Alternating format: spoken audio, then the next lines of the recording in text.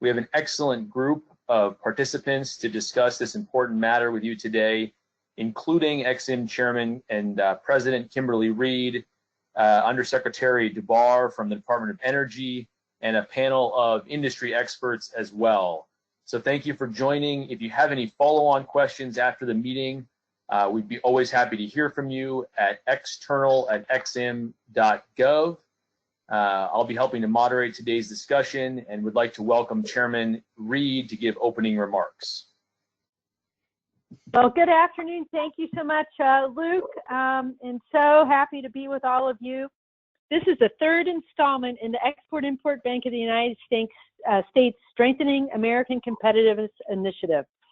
This series of public teleconferences with American businesses and other stakeholders is helping Ex-Im support exporters as they compete with China around the world. It's part of one of the most vitally important projects ever for Ex-Im, our program on China and transformational exports, which Congress and President Trump directed us to make a major part of our mission when we signed our new 7-year reauthorization into law, the longest in Ex-Im's history. And the goal is at least 20% of the agency's total financing authority, or $27 billion, be devoted to exports that compete directly with China. This program isn't just about America competing in a fast-changing global economy. It's a crucial tool to advance the United States leadership around the world. We've got hundreds of people on this call right now, from businesses, think tanks, defense, and the media. And this great interest reflects the importance of this new effort. Our two previous teleconferences were terrific successes. The innovators in the renewable energy and 5G telecommunications field we invited gave us candid and illuminating discussions. Both sessions sparked some thoughtful media coverage reporting on how technology leaders said they want more Ex-Im financing so they can compete more effectively with China. This call today is the third of 8 industry-specific teleconferences. Upcoming calls will include the focus on biotech, semiconductors, emerging fintech, and space technology.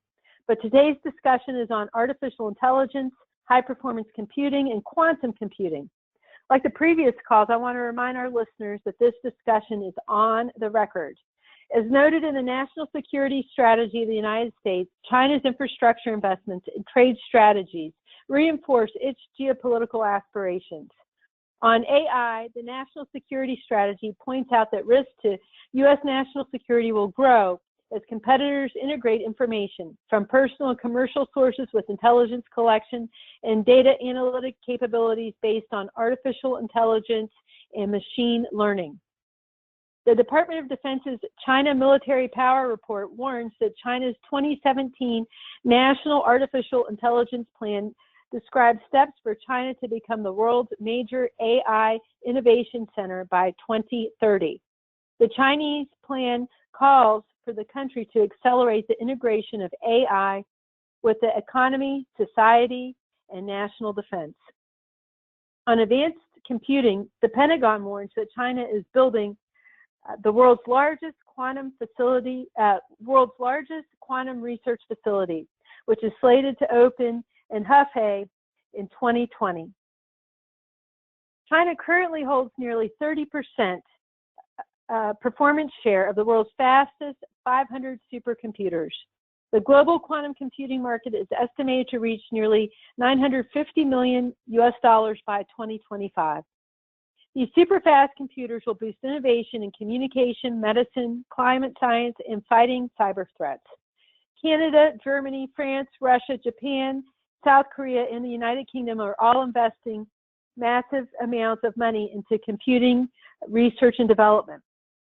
Google engineering director Harmit Nevin recently warned that while the U.S. is still the leader in quantum computing research, we may not be for much longer. Those joining us on this call today have a deep understanding of the relationship between advanced technologies, the global marketplace, and security and defense. Paul DeBar, Undersecretary of Science for U.S. Department of Energy. Connor Prohaska, Chief Commercialization Officer, U.S. Department of Energy. Kevin McGinnis, Director for Research Analysis, National Security Commission on Artificial Intelligence. James Cross, Vice President, Research Analysis and Portfolio Manager, Franklin Equity Group, Franklin Templeton Investments. Trey Stevens, Partner, Founders Fund. Mandy Birch, Senior Vice President, Engineering Strategy, Rigetti Computing. Stephen Rodriguez, Partner, One Defense, and Brett Greenstein, Head of AI and Analytics for Cognizant Digital Business. Thank you to all of our external participants for making the time today to join EXIM for this vital discussion. EXIM's mission is supporting American jobs by facilitating U.S. exports. In that spirit, my team and I would like the business leaders we have with us to address a few key questions, such as, how can EXIM further serve your exporting needs? What barriers to EXIM support have you faced in the past? How is state-backed competition from China and other countries affecting you? What is the nature of your offerings, U.S. content, and the value derived from the United States? How many U.S.-based jobs are involved? To what extent is China also a noteworthy market for you? And how can we all together foster an improved global business atmosphere, including Chinese companies that want to compete in a fair and open manner? So with that, I would like to say that we have over a dozen EXIM staff on the line eager to hear your views and act on them. That's what we're here to do today, to listen to you.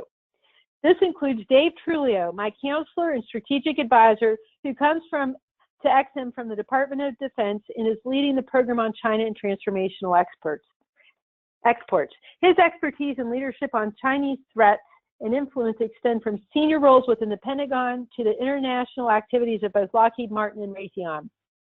Also joining is Stephen Renna, our Chief Banking Officer.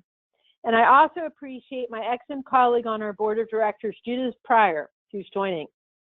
Joining us, too, is the chairman of EXIM Sub-Saharan Africa Advisory Committee, Daniel Rundy, who is Senior Vice President of the Center for Strategic and International Studies, plus 3 members of the committee: Matthew Kavanaugh of Power Engineers, Commissioner Doug Gehrig, who is North Dakota Agriculture Commissioner, and Larry Goodman, President of the Center for Financial Stability.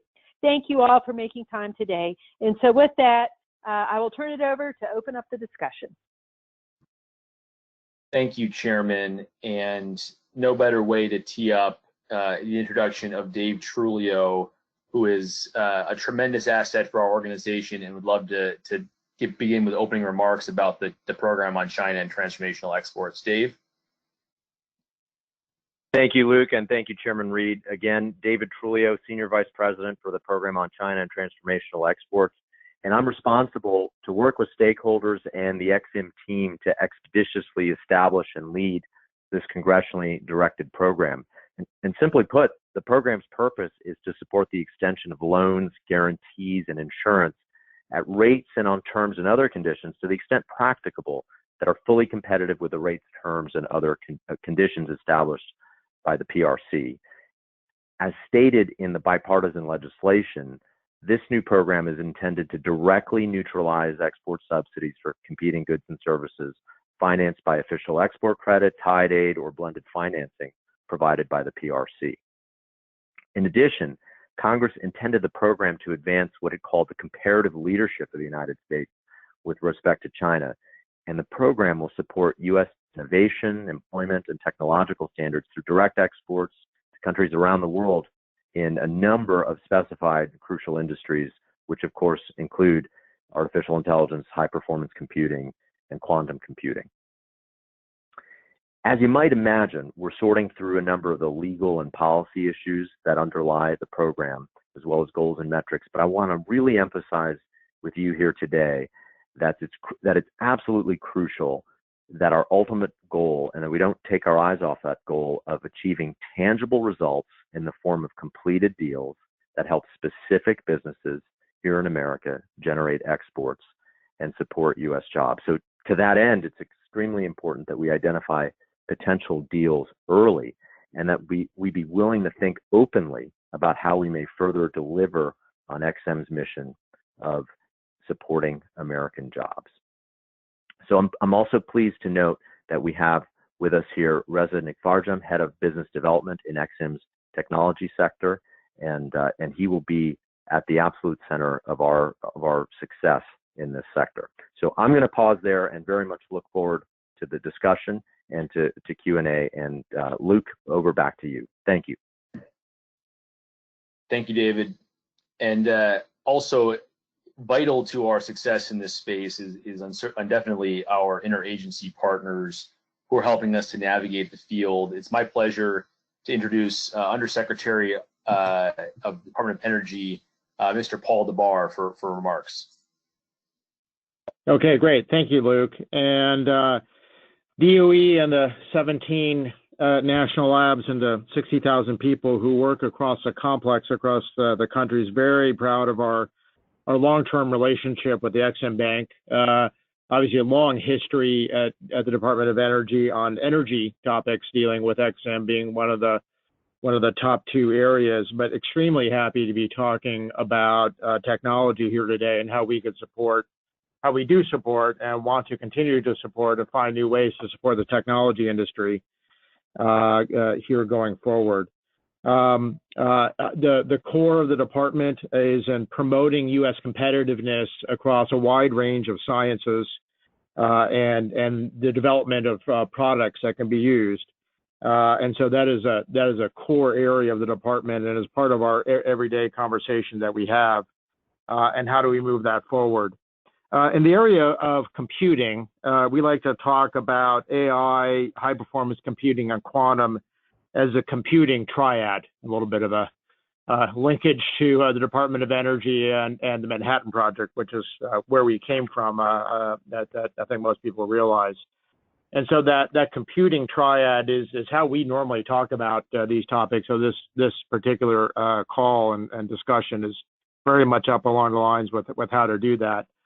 The department does investments and putting money out the door, both in basic research, in dealing with how to develop new technologies. And then many times the department is the first purchaser. And we are very keen and understand that as we develop technologies, we need to work with partners who can develop those.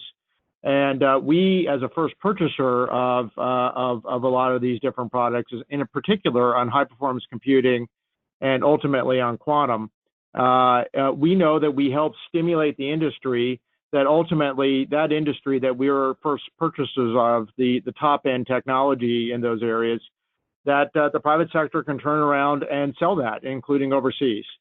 So we're very cognizant as we fund and we build ones. Obviously, the most obvious one is in supercomputing. The department works with the OEMs, companies such as that have been our long-term partners, HPC, Cray, IBM, Intel, NVIDIA, AMD, and many others. Are the primes for us to build the next #1 supercomputer in the world. So right now, the #1 supercomputer in the world is Summit. The #2 in the world is Sierra, both of which are at the DOE National Labs, and they were built by our industry partners along with us. And the semiconductors, as a part of that, were built first of a kind, the next #1 performers as a result. So we're very happy to push along these parties and ultimately support them as they want to sell product overseas, which we interact with their customers, many of which are other government computing entities around the world. So in the big three areas, artificial intelligence and machine learning, obviously for us, as we think about utilizing the supercomputing capacity, AI and machine learning, and how we help drive learning going forward is the application of that supercomputing. As the DOE thinks about problems to solve, there are the big four areas of science: chemistry, materials, physics, and biology. And whether it's in defense applications, whether it's in broad science applications, whether it's in energy applications or in life science applications, you take those core areas of science, and those are applications for the private sector that are obviously quite wide. And one of the big things that we've started and we think has broad application in the private sector is what we call AI for science. And AI for science is utilization of artificial intelligence and data sets for construction of molecules at the atomic level that could solve a biology problem, that could solve, for example, COVID therapies or vaccines, and designing that with AI, which obviously has great application for the life science community for drug discovery, including for potential users of that overseas. And you could use AI for science and molecule design, for example, to design a new chemistry and a design for a beyond lithium-ion battery that could lead to battery design that's 5 times the performance levels of lithium-ion. So these sort of applications, ultimately, we help to develop, and we'll use it for ourselves, but ultimately, we're very happy to work with the private sector on how to apply these and to use these to license it or other ways for companies to use and to hopefully export different ways to design and products. The second area of the triad is high performance computing. I discussed, went through that discussion. We are the first purchaser and the original designer with many companies here.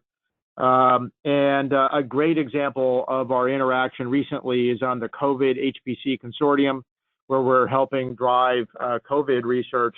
But our partners in doing that in HPC include IBM, HP, Intel, AMD, NVIDIA, Amazon, Google, and many others, where they're helping us and all of humanity on helping to find specific life science solutions to COVID. And obviously that has commercial applications that at the end of the day, hopefully as we find solutions and the private sector helps distribute those. The final one is in quantum computing. Under this leadership team, we've quintupled the amount of quantum dollars that we've put out the door, including the National Quantum Initiative, where we're the largest of the 3 entities of our partners, us, NSF, and Commerce, where we work very closely with that.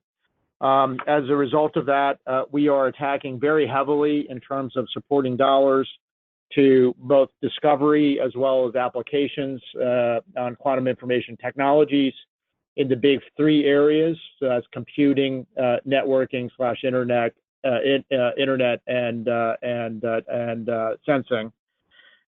We've been working with Google and IBM and Rigetti, who's here, on many different aspects of computing, amongst others. We also we're about to launch and announce the national plan for the National Quantum Internet. And so obviously the application of the National Quantum Internet for the commercial sector and ultimately and work with the private sector for the first entangled quantum internet network in the world, and lead that for the nation. Ultimately, that will be commercialized with the private sector, and we want to be the lead for that for the whole world, and need to work, and we'll be working with the private sector on that also. So, Luke, that's a bit of a summary of the triad, and hand it back to you. Thank you very much, Mr. Undersecretary. We certainly appreciate that, those comments, and also joining us to tag team on that is Connor Prohaska, Chief Commercialization Officer. Connor, will you join us now? Absolutely. So thank you, Luke, and thank you, Chairman Reed, for inviting us at the Department of Energy to be a part of this very important discussion. As you just heard from Undersecretary DeBar, the list of great advances that we have going on at the Department of Energy, specifically with the HPC, artificial intelligence, and quantum areas of practice. As the Chief Commercialization Officer at the Department of Energy, and in that role, I'm also the Director of the Office of Technology Transitions, my responsibility is to pay attention to what's next with these different types of areas of technology. Where do they go from the basic science aspect that we have at the Department of Energy, which is our primary role as far as the research is concerned, and as Secretary DeBard mentioned, moving to potentially the primary purchaser and the first purchaser of a lot of this technology for our own research purposes, but also paying attention to the next steps. The Office of Technology Transitions is here to maximize the impact of the U.S. taxpayers' research and development dollar that goes into the Department of Energy at the tune of roughly $18 billion a year.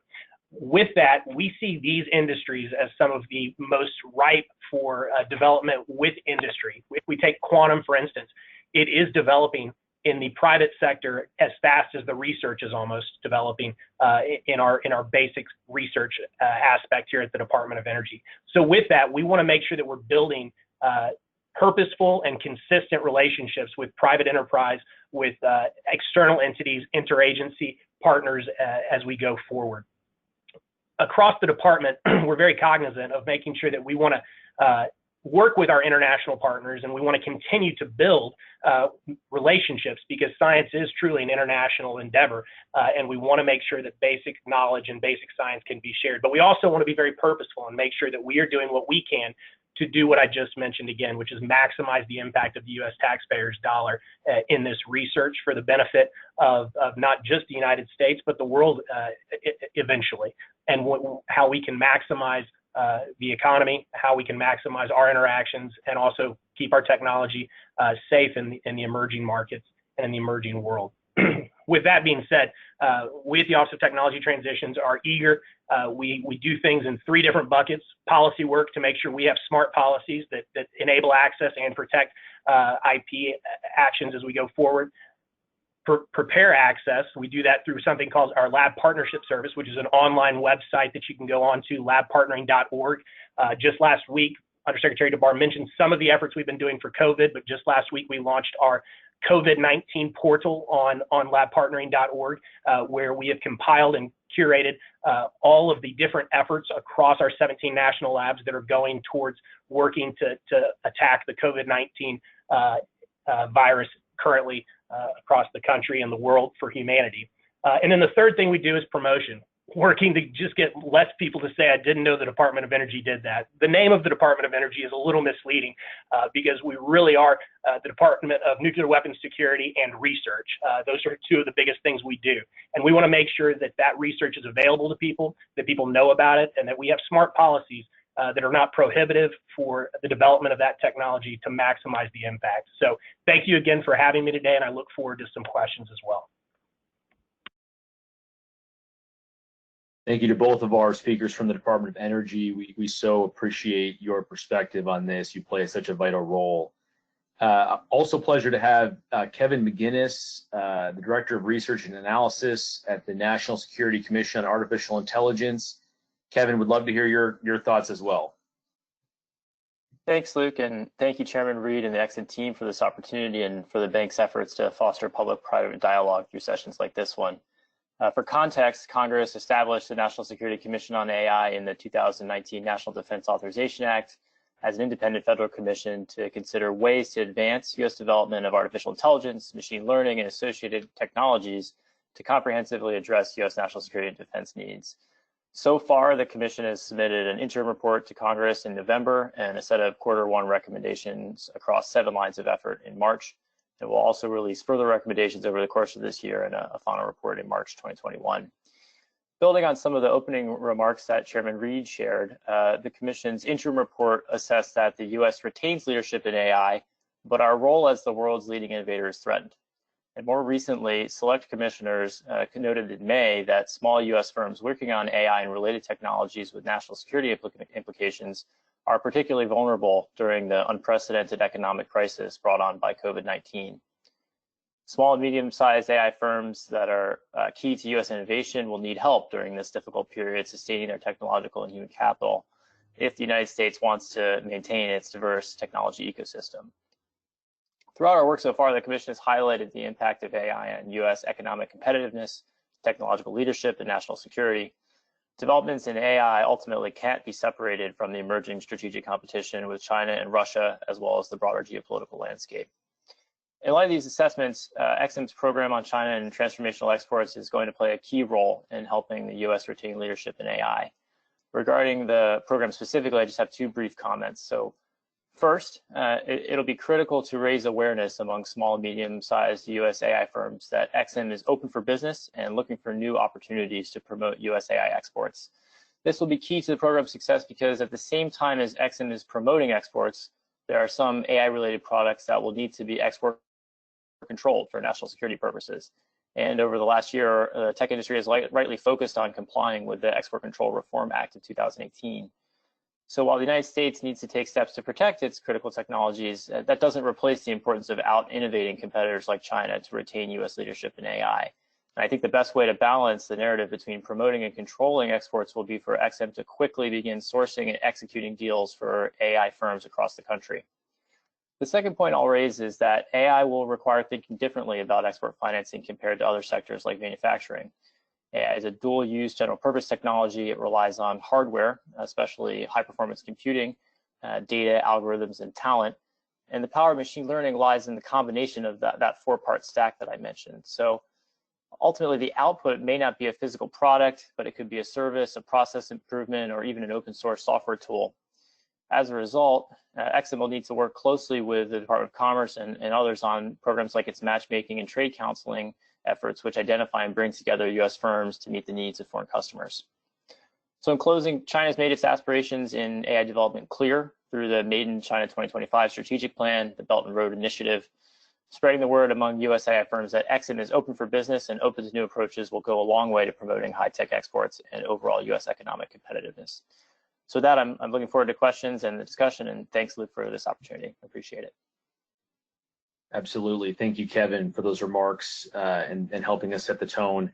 EXIM is not new to any of these spaces, and it's this opportunity for us to re-engage with many of these sectors is welcome as we explore this China and Transformational Exports program.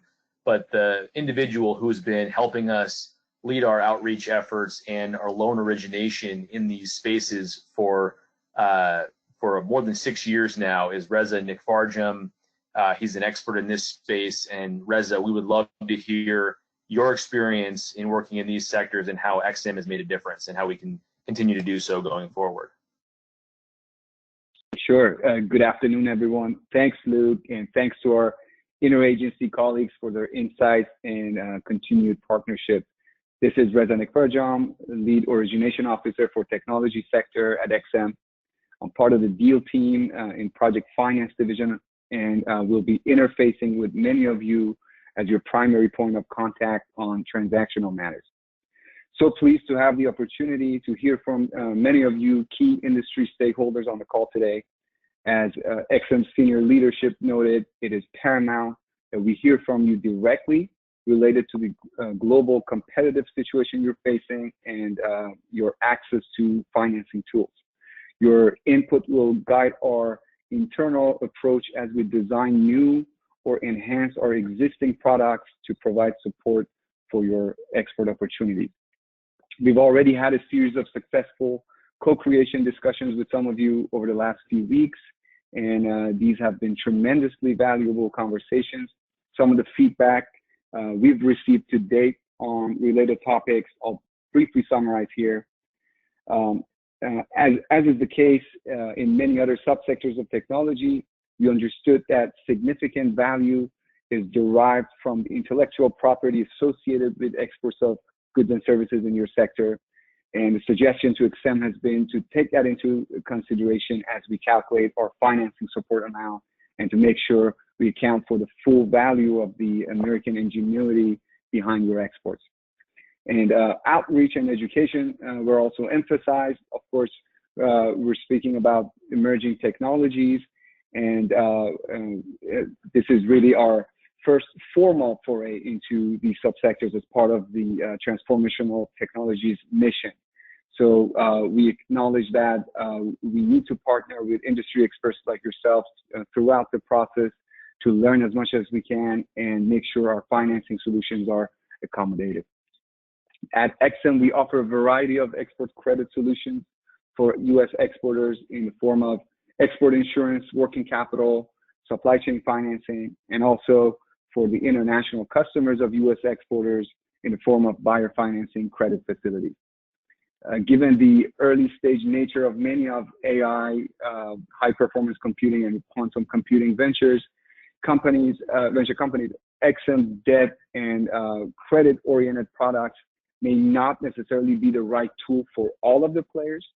But as these companies enter later stages of maturity, we want to make sure the right infrastructure is in place and they have access to the guidance to be able to take advantage of our tools. And one way to go about it is by actually engaging folks like myself and my colleagues on the deal team early on in your export sales cycle and introduce live transactional opportunities to us in the form of financing applications. So we would have sufficient lead time in ironing out potential wrinkles that may arise that are unique to your subsectors. Again, glad you're taking advantage of this opportunity to provide your feedback and suggestions to Chairman Reed and EXIM senior leadership and staff. And we're eager to roll up our sleeves and work with you, strengthen our partnership to improve your competitiveness on a global scale. And with that, I'll yield back to you, Luke. Thank you, Reza. Certainly appreciate that historic perspective and an overview of what we can offer to our private sector clients. Moving to our folks who are on the line today from industry, we're thrilled to have a great panelist group with us today. I'm going to start with Trey Stevens, who's a partner at Founders Fund, and ask Trey that you provide some feedback for us that we can consider as we go forward at EXIM and being nimble and adapting our programs and policies to better suit this industry going forward. Thanks so much, Trey.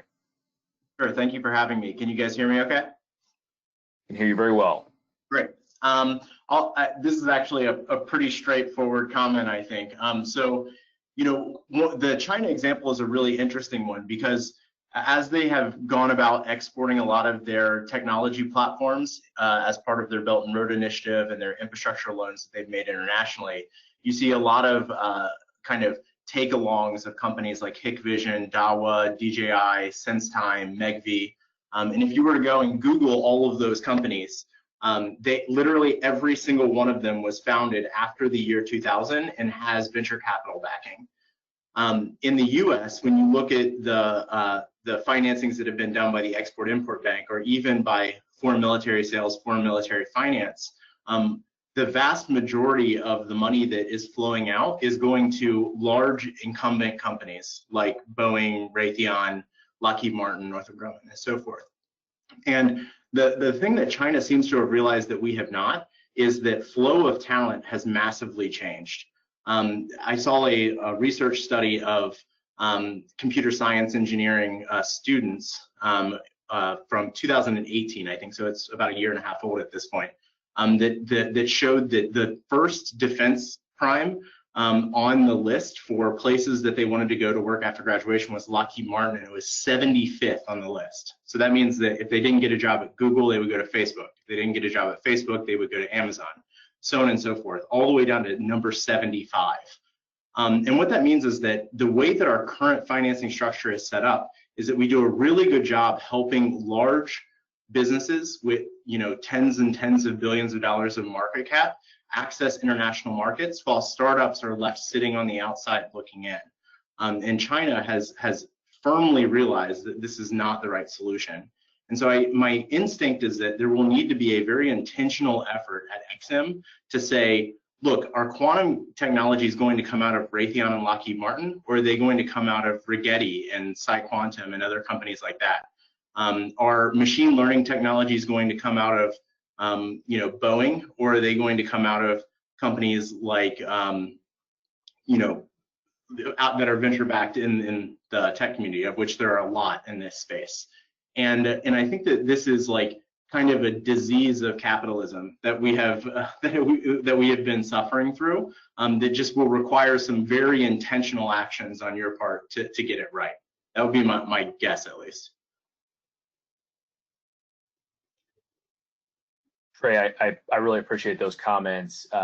Yeah, I think, you know, from our end, as EXIM does process a lot of small business loans every year, it's a different flavor in this particular industry. I think It's well noted that you've communicated that to us, and thanks for your willingness to work through what that might look like going forward with us. We really appreciate that perspective. Next up, Mandy from Rigetti Computing. Mandy, would love to hear any comments you have.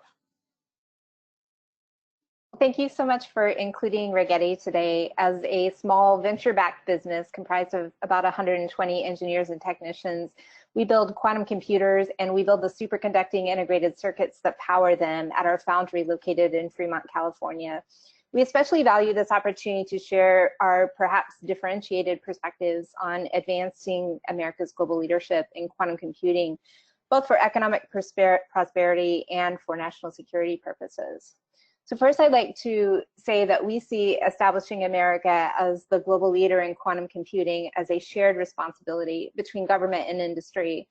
We're still in the early days of harnessing the power of quantum physics to create the computational power that's going to help us solve humanity's most important and pressing problems. And we're working to bring this frontier technology to market with both government and commercial partners. As a new industry is being born and both the US and international markets are just now beginning to take shape, I don't think anyone can fully visualize yet the capabilities and economic opportunities that this technology is going to unlock across various industries that rely on high performance computing, as well as for the national security enterprise.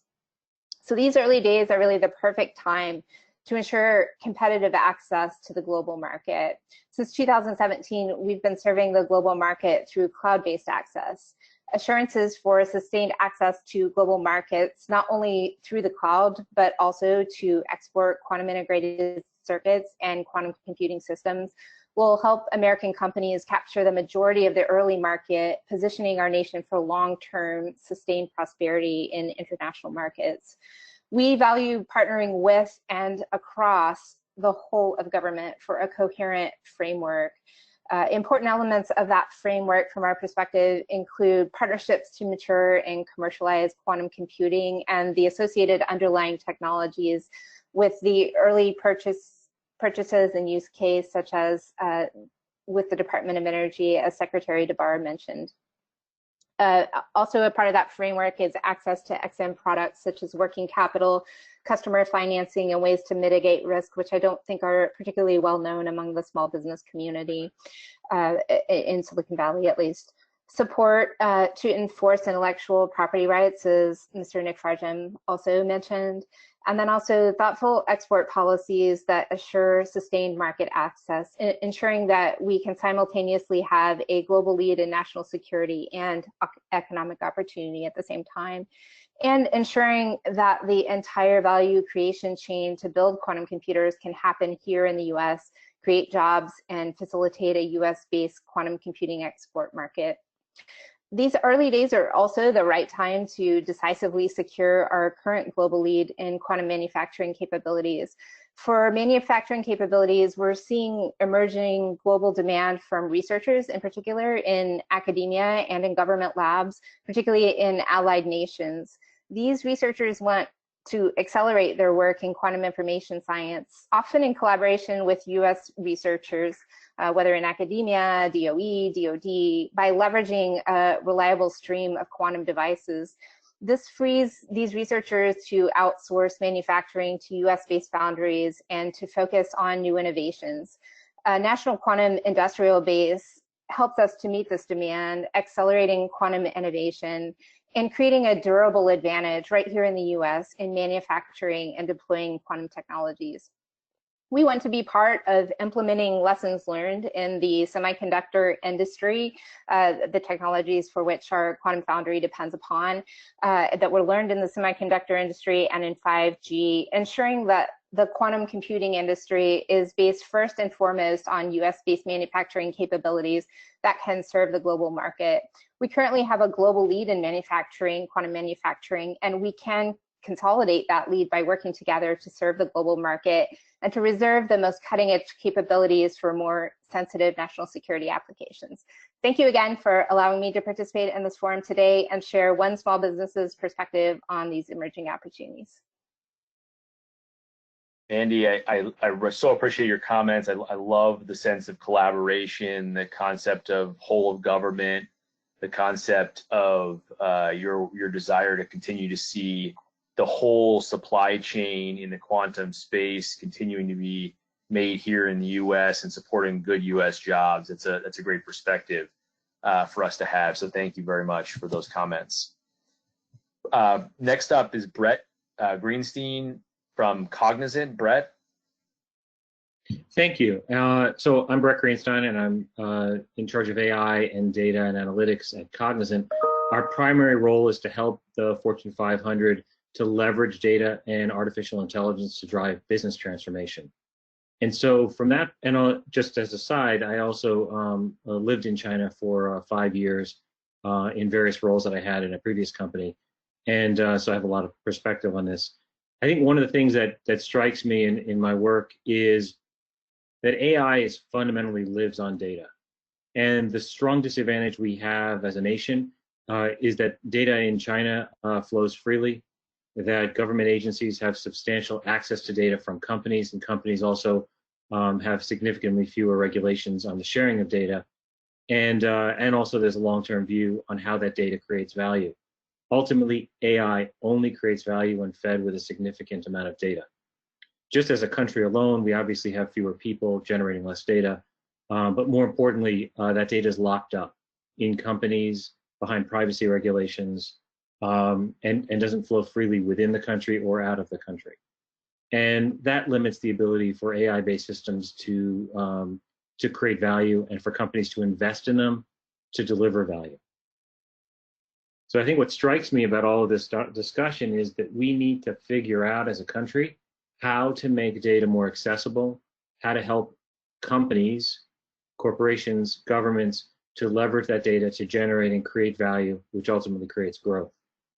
I think there's a few areas where this happens. One is privacy, and I don't think failing to regulate privacy is the option. I think managing the flow of data and ensuring that data that is properly protected can also be shared, and coming up with the right regulatory framework around that is important for us. Otherwise, companies will be afraid to innovate in the space for fear that whatever they started to work on suddenly gets locked down by the next regulation and their value goes away. When you look at this for when it's self-driving cars or any other technology, the data that goes into that, the algorithms that go into it, you have to be very concerned about how you might be regulated later, or the value that you created will go away. The other thing we could possibly do is to focus on incentives, things we can do to encourage people to share data, whether it's across companies, across industries, or across geographic boundaries, countries. The flow of data across borders, the ability to create marketplaces, the incentives for people to share don't really exist. I don't think there's very many examples of companies set up to export data and models and algorithms based on data in ways that would create value. But when you're competing against a nation where data flows freely and the size of the data is so massive, you have to level the playing field by making it possible to compete in other ways, through sharing of data and insights, marketplaces. The free flow of information will certainly allow companies and countries to accelerate in AI. Ultimately, AI creates value from data. So I'd like to just find ways to continue to encourage companies to be able to feel incented and supported in sharing that data and creating value together. Thank you, Brett. That's a great foundation for our discussion. We certainly appreciate that. Next up for us is Stephen Rodriguez, partner at One Defense. Stephen. Thank you for having me, and I wanted to especially thank Pablo Carrillo for inviting me, and for Christy Harvin for organizing this and preparing the materials. I'd like to take a slightly different tack and discuss how the Export-Import Bank can support a new topic that appears to be getting more and more headlines, at least within the American national security enterprise, and that is this concept of trusted capital, or as it's been sometimes referred to as patriotic investors. This is the concept of identifying at least according to official U.S. government policy, what defense critical technologies we should be protecting and what defense critical technologies we should be promoting. So often this discussion tends to revolve around finding whatever most impressive venture capital fund or private equity investors we can get our hands on and put them in a room and give them a civics 101 education and encourage them to invest out of their own patriotic zeal in American technologies because, well, we can have foreign, or especially as it's referred to as adversarial capital, investing in those technologies and potentially co-opting what we might have access to in a time of extremis. I think this is actually a tremendous opportunity for the Export-Import Bank to play a much bigger role. And this is specifically deploying a number of non-equity-based investments, such as its working capital fund, deploying insurance to buy down execution or transaction risk, as well as the loan guarantees and project finance opportunities that it's known for. I think this is a very good way of building out the financial or investment stack that American technologies have access to, and especially software-based technologies that venture capitalists such as Trey tend to gravitate towards, mainly because they scale very, very well compared to a hardware investment such as space technology or nuclear technology. So I think this is a great way to fill in and turn a trusted capital ecosystem across the American national security enterprise into a reality. I'd like to conclude my remarks by also offering one brief policy-based recommendation. So under the EXIM's own rules, each product that is exported must have more than 50% US content based on direct or indirect costs. The question is, how does this content rule apply in the context of the technologies we're discussing today, such as artificial intelligence, high-performance computing, or quantum computing? This is especially true for these types of software-intensive end items, and an observation might be to modify this rule to cover these quote-unquote transformational exports so that it recognizes the core intellectual property, and this is key, where their true value lies. This would reflect the value added offered by these software-based technologies through the via the continuous R&D that creates them, and of course distinguishes them from products such as traditional exports, where this content rule was originally intended to address. So again, thank you very much for having me, and I look forward to any questions or commentary that follows. Stephen, appreciate those comments. Just for way of a quick time check, we're 10 minutes to the hour. Given we have some additional discussion we'd like to entertain, we're going to extend today's meeting to 4:15 for those of you who are able to join us and stay. We'd appreciate it and love to have you listen in. If you need to leave, one of the panelists, just let us know in the chat feature, and no problem at all. I know my colleague Dave Trulio likely has a response or some thoughts based on Stephen's comments. Dave, do you want to jump in? Yeah, thank you, Luke. Can you hear me okay? Yeah, I can hear you great, Dave. Okay, perfect. I would like to pick up exactly on what Steve was pointing out about content and solicit others' views on that, where the value lies, what the nature of the U.S. offering is, how do we apply the right kind of concept around content for an industry as innovative and dynamic as yours. So thoughts, reactions to what Stephen had to say from each of your all's perspectives. Thank you.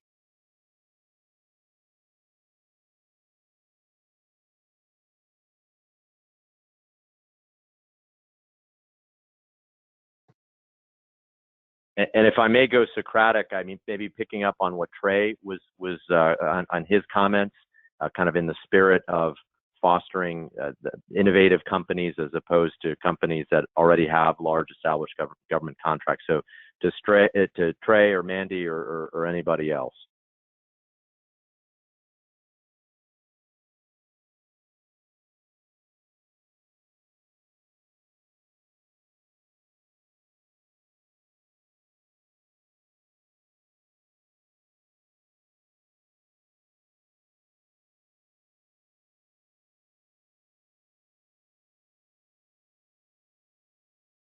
I'm sorry, I may have missed that. Were you asking for a comment, or what was the request?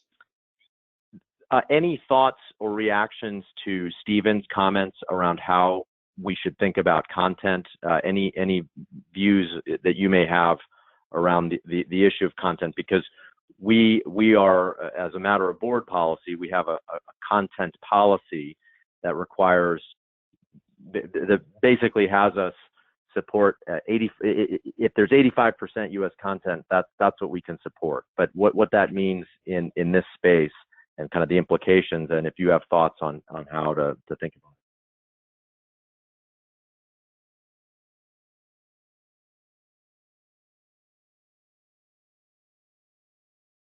it. No specific thoughts from my end beyond what Stephen said.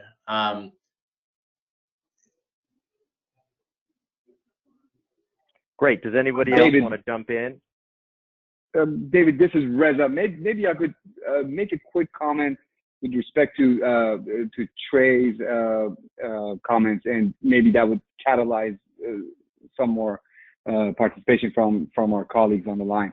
And to Trey's point, while our mandate is to support creation of jobs by supporting exports, we are required to do this in a very responsible way. And as part of our charter, we are required to seek reasonable assurance of repayment in transactions that we support.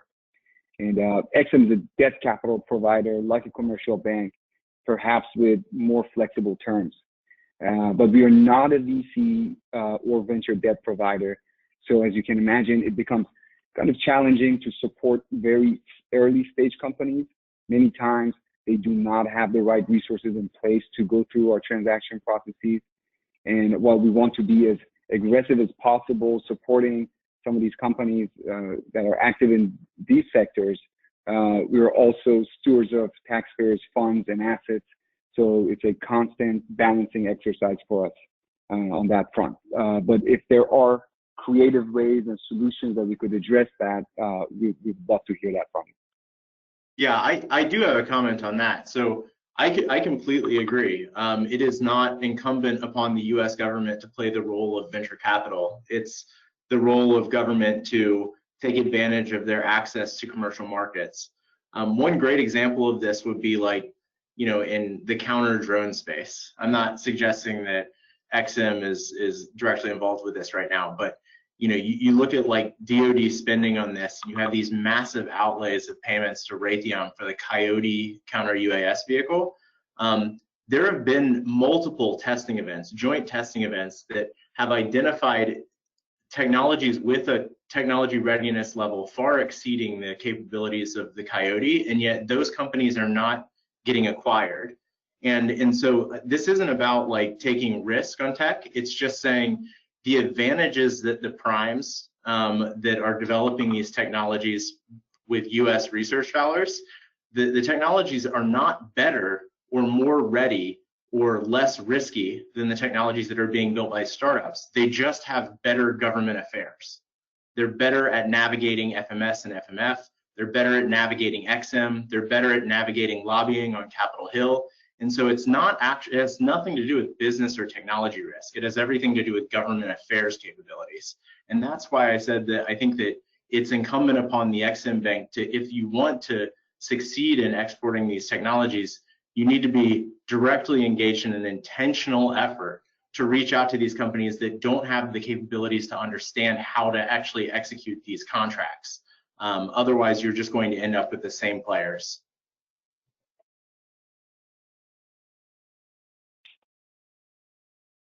Yeah, that makes a lot of sense, because there's, the big companies have the history, the Washington operations teams that have a lot of experience doing this, and it's a fundamental piece of know-how that they understandably use quite vigorously. Any other thoughts before we move off of this general topic around content or working with supporting innovative companies in this regard? And this is Mandy. I'll just offer two things. One, just making it very easy to understand how government is helping to de-risk things is helpful. I think there is an assumption that both working with the government and working in an export market takes specialized expertise, and sometimes people fear things they don't understand. So the more accessible and easy it is to understand things, I think can make a difference for people being willing to step forward and take the next step in their business development, where most everyone at a startup is wearing multiple hats. So making it easier and more accessible is particularly important to leveraging those. The second thing, just in terms of US content, I think it requires some careful thought in terms of what is deemed as something that is defense sensitive or critical component in the technology. So in quantum computing, for instance, if you restrict a certain element of the system, that means that we can't actually assemble the whole system in the US and might have to think of other ways to be able to deliver that technology, or can only deliver components of the technology rather than the entire value chain, which is where the high value and the margin is created.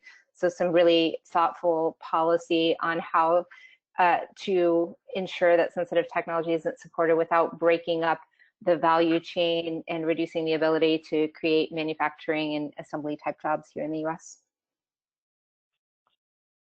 So if I can pick up on the spirit of that comment, and particularly Mandy, the first piece, I'm going to ask Reza to maybe walk through one of the ways that our team works with finance ministries and other parts of international governments, because that could be a real force multiplier for innovative companies that don't have the deep government affairs staff. So Reza, can you just paint the picture a little bit in terms of how you and your other business development leaders work with finance ministries and others? Absolutely.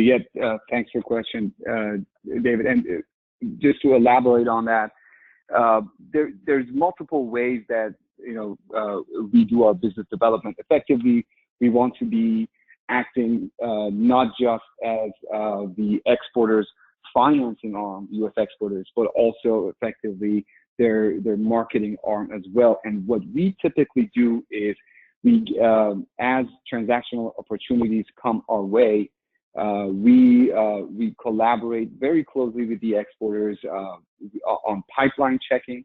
We do get on the phone calls. We attend meetings with them, with their international customers, if they wish for us to be on those calls and meetings. And also, what we do is that we are closely in touch with our interagency colleagues, our colleagues at the Commerce Department and at various posts throughout the world, and also foreign commercial services, where we can all of us get connect, be engaged, and make sure we're supporting the U.S. exporters bid on international opportunities overseas. Which is all the more reason why it's important to engage so early, so that the opportunity can be shaped and not just operate within the box of however it's been shaped by someone else, potentially another international competitor.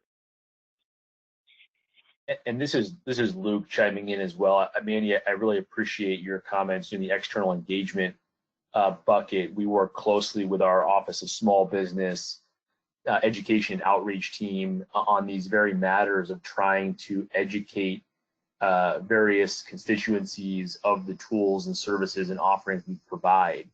And we're on an ever-ending pursuit of doing that better and working harder to reach that goal. But the one thing I will say in support of our EXIM staff is that the conversations I have on a daily basis with U.S. exporters and our banks and lending partners is that the EXIM staff is incredibly responsive. They are willing to get on a phone and work through problems with people. They are willing to educate. They are willing to step-by-step walk folks through applications. The feedback we routinely get from folks who do decide to pick up the phone or send us an email is that we are incredibly responsive. And so I want anybody who may be listening to this for the first time to hear that and know, if you haven't taken that step, please do so, because once we reach you, I think we have a high likelihood of being able to get you into the queue and sort of work you through the process with a pretty high rate of success. I think that's a big testament to the incredible staff we have at XM. This is Dave again. If we can maybe switch gears a little bit, Chairman Reed referenced the fact that in some cases, for some companies, China can be either a noteworthy export market, and others of you may have ideas on how we foster an improved global business atmosphere, including one where Chinese companies that want to compete in a fair and open manner are able to compete. So want to see if anybody engaged in this discussion has some thoughts or insights they care to share on that.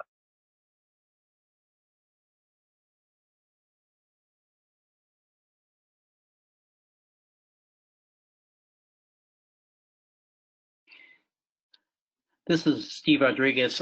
I think continuing on this concept of whatever trusted capital means from a U.S. government perspective, when American companies engage foreign companies or foreign customers, they typically have the backing. Even many of our European allies have the full and open backing, I might add, of the pardon me, of their state government. This backing typically doesn't look, as I mentioned before, like a simple equity investment. It does involve the tacit or explicit endorsement by that host government, which we do not do, or it can involve various forms of financing. So, Dave, to your earlier question, I think this is a great opportunity where, as a nation, we can be creative in terms of how we specifically support a company, as opposed to just taking, preferred positions on their cap table. And Stephen, thank you for that. You look around the global marketplace, are there particular countries that you see that are competing in that marketplace particularly effective, or individual policies or approaches that they've taken when they compete with China or with us? I would say this is just purely from anecdotal experience, so this is by no means scientific, but the Israeli technology companies I run into have the backing both of the government of Israel, as well as a natural talent pipeline through their conscription service and feeding talent, to pick up on Trey's commentary earlier around much of this being essentially an HR or talent management issue, Dave. I think this is where they are very, very good about channeling individuals that have the benefit of state or military training, specifically in their case in the software applications, towards private companies that are then subsequently venture backed. This means that they are very competitive in the international market space, especially vis-a-vis China.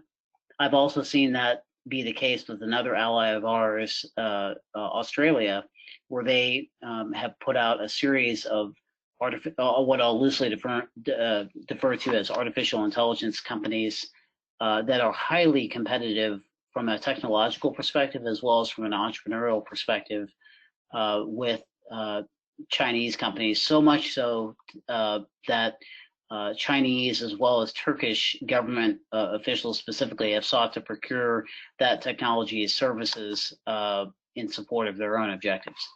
Does that answer your question? Yeah, absolutely. Thank you, Steve. Any thoughts from others, or yeah, go ahead. Yeah.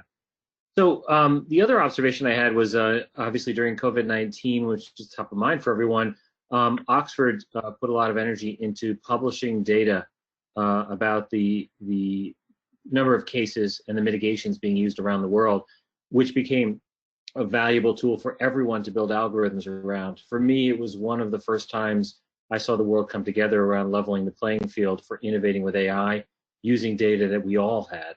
And at the same time, ironically, where the flow of data has been so positive in China for the innovation around AI, the flow of data about COVID was not.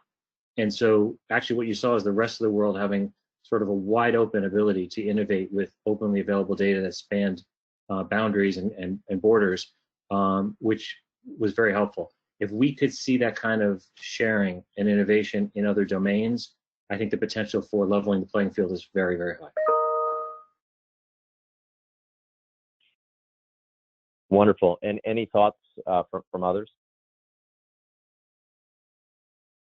And one thing I do want to make sure that we impart, and Reza has explained a lot of what he does, but Reza, maybe if you could walk through to the folks engaged in this conversation, those listening in, how does working together on a nuts and bolts basis actually, how does that, when it's working well, what does that look like?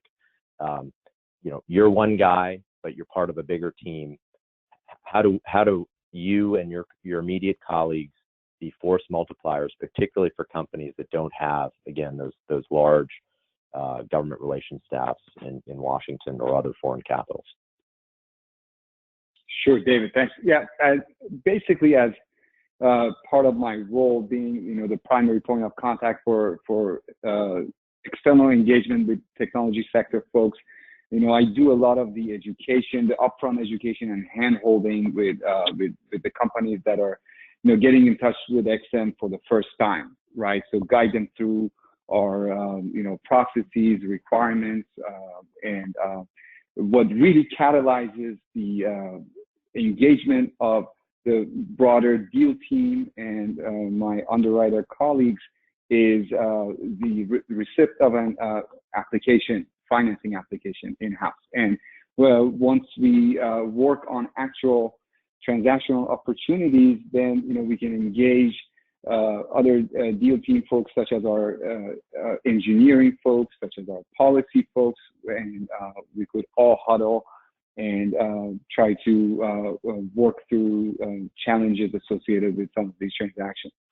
And I guess to the comments that were raised earlier, the best way to go forward is to actually identify some opportunities in these subsectors, live export opportunities that the industry could engage EXIM Bank on, and we work through them and identify any problems and see how we could find the right solutions and right fit for them.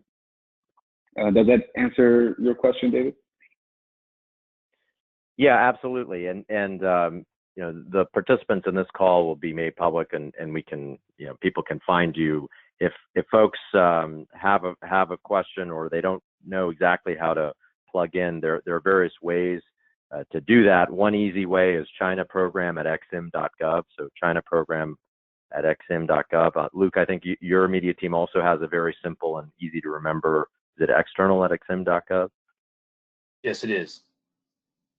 Yeah, so either of those paths will get to the right folks, and we can pick it up from there. Great, thanks, Dave. I'm going to turn it over now to Chairman Reed for some closing thoughts. Chairman? Well, I really want to thank everyone for this on-the-record discussion. I appreciate your insightful analysis and candid thoughts. When it comes to global security challenges, we all know that information is power, especially in regards to advanced technology. And you've just provided us with a great deal of valuable analysis. We want to be there to help. It was encouraging to hear the comment that our country can and does lead, and EXIM wants to be a tool when needed to help lead even more with great exports of what you do around the world. So it's going to be a lot of discussion. It's a great new opportunity, and we really appreciate you giving us your time. So everyone have a great afternoon, and thank you again. Thank you to everyone. This now concludes today's call. Be well. Thank you.